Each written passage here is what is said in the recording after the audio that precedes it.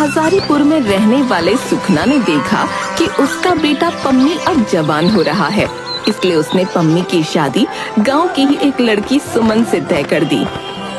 सुखना पम्मी से, मैंने तुम्हारी शादी अपने हरिया की बेटी सुमन से तय कर दी है। अच्छा। नहीं बापू, मैं तो शादी अपने गांव की शब्बू से ही करूंगा। पम्मी ने शब्बू को पहली बार देखा था और तब से ही उसने अपनी सुध बुध गंवा दी थी।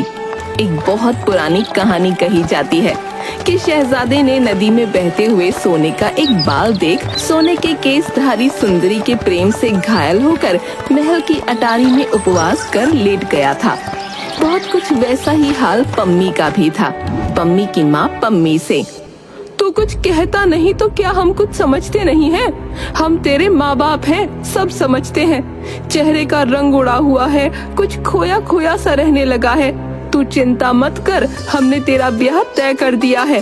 अब जल्दी ही तेरा ब्याह हो जाएगा। लड़की बड़ी सुंदर है। आसपास के 4 गांव में एक ही लड़की है जो पानी के भरे हुए 3 मटके एक साथ सर पर उठाकर 2 मील चली जाती है। घर का सारा काम संभालती है। यहाँ आ जाएगी तो मुझे भी थोड़ा चैन मिलेगा। आखिर मैं भी तो बूढ़ी हो चली हूँ। पम्मी ने कोई जवाब नहीं दिया और चुपचाप पड़ा रहा। तेरी ये हालत अब मुझे और न देखी जा रही। तुझे क्या पता, रात दिन तेरी ही चिंता खाई जाती है मुझे।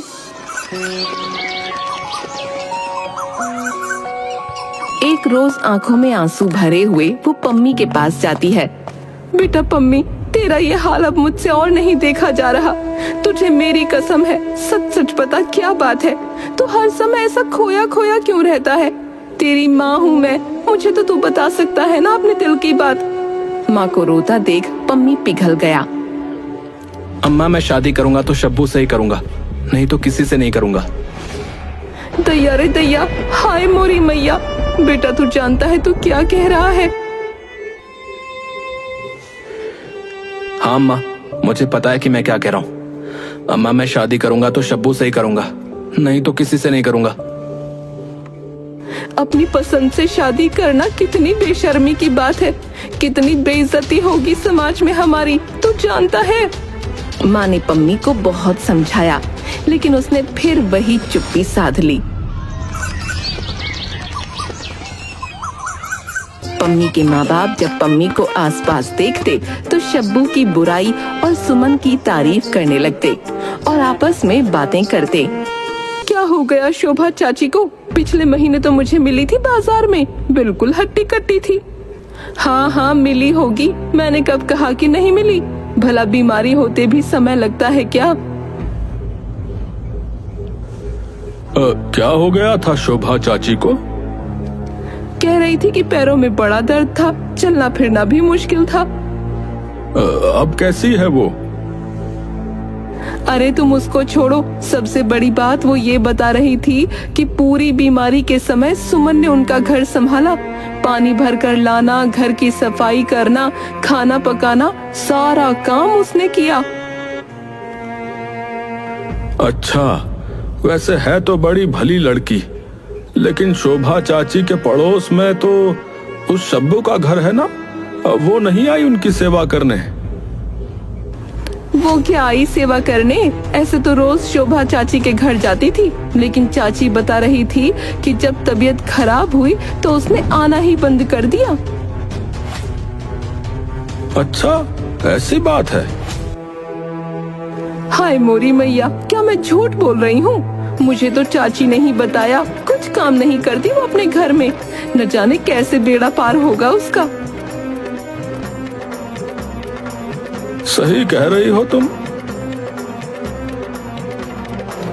लेकिन पम्मी पर किसी भी बात का कोई असर नहीं हुआ और सुखना को उसकी बात माननी पड़ी। सुखना शब्बू के घर रिश्ते की बात करने चला गया।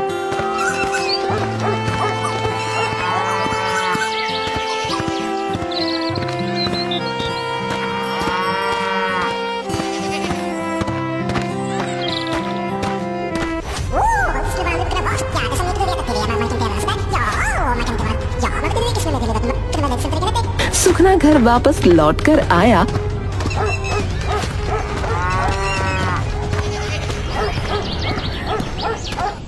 गुस्से से उसकी आंखें लाल थीं। पम्मी की माँ दौड़ी दौड़ी आई। पम्मी दूर खड़ा कान लगाए हुए था। पम्मी के पिता फट पड़े। ऐसे नालायक बेटे से तो बे औलाद होना भला था। पम्मी की माँ घबराकर बेटे की बलाई लेते हुए बोली, हाय हाय, क्या हुआ? ऐसी बातें क्यों कर रहे हो? होगा क्या, ऐसे बेशरम लड़के से और क्या उम्मीद की जा सकती है। सारी इज्जत खाक में मिल गई और घर मिट्टी में मिल जाएगा। हाय हाय, क्या हुआ ये तो बताओ, ऐसा क्यों कहते जा रहे हो? अगर ऐसे ही इसके मिजाज थे तो ये किसी और के घर में पैदा हो जाता तो ज्यादा अच्छा था। तुम्हें पता है उस सब्बू के बाप ने क्या कहा? अरे कहा क्या, उसने तो सीधे मुंह बात भी नहीं की और कहता है, सब्बू की बात तुम मत सोचो, मेरी बेटी तुम जैसों के घर नहीं जाएगी। सब्बू को वो ऐसे घर में देगा जहां से उसे 200 रुपए की गठरी बांध कर मिलेगी। पम्मी की माँ आंखें ऊपर करती हुई बोली, क्या कहा? 200 रुपए की गठरी बांधकर? हाय दैया, मैं तो मर गई। तू भी बूढ़ी हो गई। तू ही बता, तूने कभी ऐसा तूफान सुना है? 200 रुपए की गठरी कोई चीज होती है या नहीं होती है? और कौन सा ऐसा बाप होगा जो अपनी बेटी का ब्याह करने के लिए पैसा मांगेगा? अच्छा खासा सुमन से इसके रिश्ते की बात की थी, लेकिन तेरे इस नवाब को तो उस सब्बू से विवाह करना है। क्या कमी है उस लड़की में है? रंग जरा मैला हुआ तो क्या हुआ, औरत तो औरत ही होती है। तुझे उसके रंग का क्या करना है? लेकिन नहीं, इसे तो कुछ समझ में नहीं आता। अभी 6 महीने भी नहीं हुए मैंने इसके लिए अपनी गाय बेचकर फटफटिया खरीदी थी। सारी उम्र मेहनत करके भी नहीं कमा पाएगा 200 रुपए, लेकिन शान देखो इसकी है। और तू बता, तू इतनी बुढ़ी हो चुकी है? कभी एक औरत की कीमत 200 रुपए सुनी है तूने? 200 रुपए में तो फिरंगी खरीदी जाती है। पम्मी ने ये सब सुना और अपनी आंखें सीने में दबाकर करवट बदल ली, लेकिन उसकी हालत वैसी की वैसी ही रही। इकलौते बेटे का यूं दिन रात पड़े रहना माँ बाप से देखा ना गया।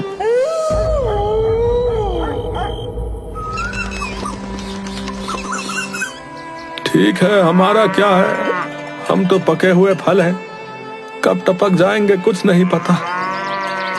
रोजी का सहारा यही भैंस है, ये भी बिक जाएंगी तो फिर खुद फिरंगियों की सड़क पर रोड़ी कूटने की मजदूरी करेगा। हम उसका भाग्य नहीं बदल सकते। लोग यही कहेंगे कि सुखना का बेटा मजदूरी करने लगा। अब उसकी किस्मत में यही है तो मैं क्या कर सकता हूँ। गाय भैंस बेचकर सुखना ने शब्बू के पिता को 200 रुपए देकर शब्बू और पम्मी की शादी करवा दी। शब्बू को इस बात का बड़ा घमंड था कि उसे 200 रुपए चुका कर लाया गया है। शब्बू के नखरे बहुत थे, सारा दिन सिर्फ बनने संवरने में ही निकाल देती। पानी भरने जाती तो आधा ही घड़ा लेकर लौटती, वो भी बल खाती कमर से। पड़ोस की निरा, ऐसा नखरा ठीक नहीं है, किसी रोज ऐसी मार पड़ेगी कि कमर सदा को लचक जाएगी। शब्बू बड़ी बड़ी आंखें मटकाकर और हाथ का अंगूठा दिखाकर बोलती, मेरे माँ बाप ने मुझे मार खाने को नहीं भेजा, कोई मुझे हाथ तो लगाए। तेरा क्या है, तेरे मर्द ने तुझे मुफ्त में लिया है, लंगड़ी लूली हो जाएगी तो एक और सही। दूसरी तरफ पम्मी की माँ को शब्बू के रंग ढंग बिल्कुल भी पसंद नहीं आ रहे थे।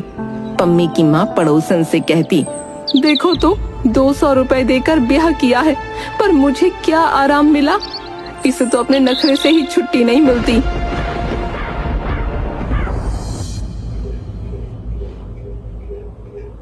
जवानी की तेरी उम्र है, कुछ कमाई अब नहीं करेगा तो कैसे निभा पाएगा बता? यूं घर पर बैठा रहेगा क्या है? तुझे शोभा देता है? रोजी का एक जरिया था गाय भैंस, सो तेरे ब्याह में खत्म हो गया।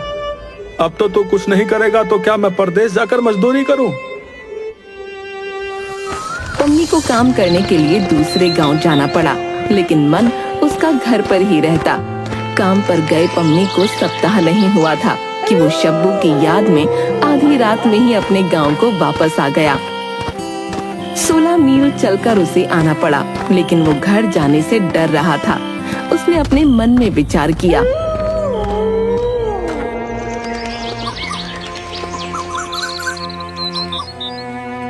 अगर घर पर गया तो बापू खातिरदारी अच्छे से करेंगे और पड़ोसियों की जबान ज्यादा कड़वी है।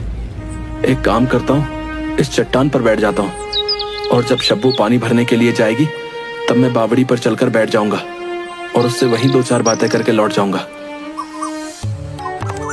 शब्बू अपनी सहेलियों के साथ पानी भरने के लिए आई। पम्मी उसे दूर बैठकर निहारता रहा, लेकिन एक शब्द भी बात न कर पाया और काम पर वापस लौट गया।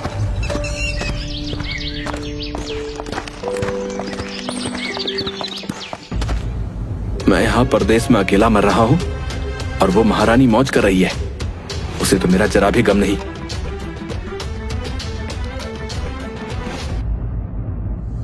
आठ 10 दिनों के बाद फिर से शब्बू से मिलने वो गांव वापस गया।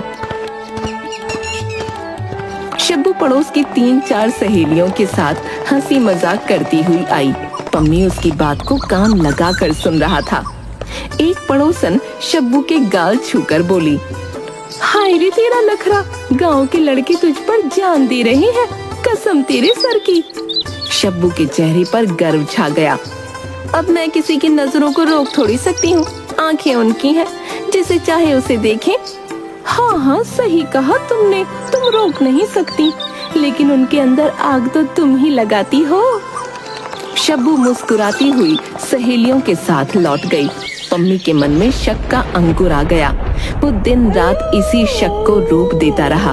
पम्मी ने अपने मन में सोचा, अगर दाल में कुछ काला नहीं होता तो पड़ोसन ऐसी चर्चाएं क्यों करती? और शब्बू भी तो चटक मटक किसके लिए दिखती है? देखो, उसे मेरा जरा भी गम नहीं और मैं मरा जा रहा हूं, लेकिन उसे तो कुछ फर्क ही नहीं पड़ता। कहीं से एक बड़ा हाथ लग जाता और कुछ अच्छे पैसे मिल जाते तो घर वापस लौट जाता। बापू को भी हौसला हो जाता मुझ पर। ऊपर वाले ने पम्मी की बात सुन ली। 150 रुपए कमाई करवा कर घर लौट आया। पम्मी ने शब्बू से पूछा, क्यों? जब मैं यहाँ नहीं था तो तुमने तो खूब मजे किए। शब्बू ने चमक कर पूछा, कैसे मजे? किसके साथ मजे उड़ाती थी? क्यों, गांव में क्या कम आदमी है? खूब सज धज कर पानी लेने जाना होता था तुम्हारा, मुझे सब पता है। मैंने कभी किसी की तरफ आंख उठाकर देखा हो तो मैं मर जाऊं, नहीं तो मुझ पर झूठा इल्जाम लगाने वाला मर जाए। तो बन ठन कर अपना हुस्न दिखाने नहीं जाती थी क्या गांव के लोगों को? मैं क्यों जाऊंगी दिखाने किसी को? कोई मुझे घूरे तो इसमें मेरा क्या कसूर है? तो तू यूं बन ठन कर किसे दिखाने के लिए निकलती थी? मैं क्या करती? क्या मुंह काला कर लूं? मैं जैसी हूँ वैसी हूँ, और तुमने भी तो मेरे रूप रंग को देखकर ही शादी की थी। क्या मुझ में और गांव वालों में फर्क नहीं है क्या? है? मुझे नहीं पता, तुम जानो और तुम्हारा काम जाने। मेरे पास तुम्हारी फालतू बात के लिए समय नहीं है। किसी मुसाफिर को गांव से गुजरते देखकर भी उसे शक होता कि ये शब्बू के रूप की ख्याति सुनकर ही बहाने से इधर आया है। सारा गांव उसे शब्बू के पीछे पागल दिखाई देने लगा। एक रात पम्मी ने शब्बू से पूछा, आज तू बाहर से लौट रही थी, तब राह में मुस्कुरा क्यों रही थी? मैं कहाँ मुस्कुरा रही थी? और वो सब आदमी खड़े हुए क्यों देख रहे थे तुझे? मैं क्या जानूं, तुम उनसे ही जाकर पूछ लो। तुम बहुत घमंडी हो, हैं? तुम्हें हुस्न का बहुत घमंड है। एक दिन तुम्हारी नाक काट दूंगा, सारा रूप धरा का धरा रह जाएगा। 200 रुपए की नाक है, सोच समझ कर करना कुछ। इतना कहकर वो सो गई, लेकिन पम्मी की आंखों में नींद कहाँ। शब्बू तो गहरी नींद में मस्त थी। पम्मी ने सोचा, देखो तो, इसके घमंड में मैं बेचैन पड़ा हूँ और ये मजे से सो रही है। ये सब हुस्न का घमंड है। इसी हुस्न के पीछे गांव के बदमाश पागल हैं। मेरी क्या कोई इज्जत नहीं रह गई? इस घर में अगर ये हुस्न ना होता तो क्या मेरी इज्जत मिट्टी में मिल जाती? ऐसे हुस्न का क्या फायदा? अगर इज्जत नहीं तो कुछ नहीं। और ये हुस्न तो सब लोग देखते हैं, मेरा इस पर क्या हक? जब तक ये हुस्न रहेगा तब तक मुझे इज्जत और चैन नहीं मिल सकता। रात के सन्नाटे में उठते बुरे विचार ने पम्मी को पागल कर दिया। आंखें खोलकर शब्बू के रूप के कारण होने वाले सब अनर्थ पर विचार कर लिया। पम्मी ने एक धार वाला चाकू उठाया और अंधेरे में ही टटोल कर शब्बू की नाक को एक झटके से काटकर फेंक दिया। मर गई, मर गई! चिल्लाने की आवाज सुनकर पम्मी के माँ बापू और पड़ोसी दौड़कर आए। कोई पानी लेकर देता, कोई कपड़ा लाकर देता, कोई इलाज बताने लगा। पड़ोस की काकी ने चिल्लाकर कहा, जल्दी से कोई बकरी का गरम गरम ताजा मांस इसकी नाक पर रखो, नहीं तो लड़की मर जाएगी। इस वक्त बकरी का मांस कहाँ से लाई? तुम जानो। मैंने तो इसकी नाक इसलिए काटी थी कि ये सिर्फ मेरी होकर रहेगी, दूसरों की आंख उस पर नहीं पड़े।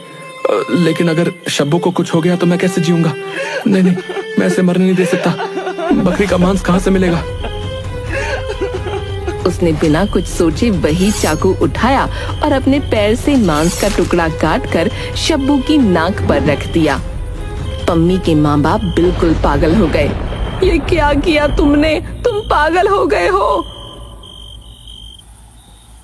बस किसी भी तरह मेरी शब्बू को बचा लो, मुझे और कुछ नहीं चाहिए, सिर्फ उसे बचा लो कोई। हालत देखकर पम्मी बोला, मुझसे शब्बू की यह हालत देखी नहीं जाती। मैं इसे इलाज के लिए फिरंगी डॉक्टर वाले अस्पताल में ले जाऊंगा। वो अस्पताल तो बहुत दूर है और इसकी हालत तो देखो।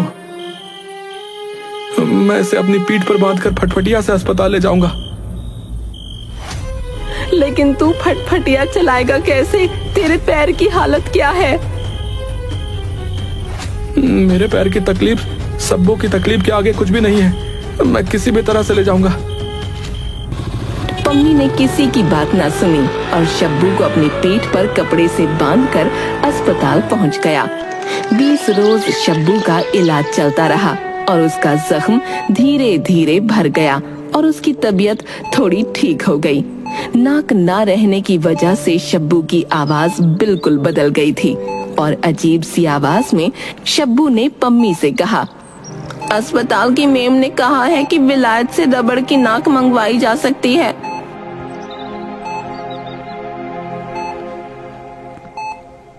बस रहने दो, हमें नाक नहीं चाहिए। मुझे तो बिना नाक के ही भली मालूम होती है। मुझे क्या नाक औरों को दिखानी है? शब्बू उदास हो गई। चलो खाना खा लो। मुझे भूख नहीं है, मैं खाना नहीं खाऊंगी।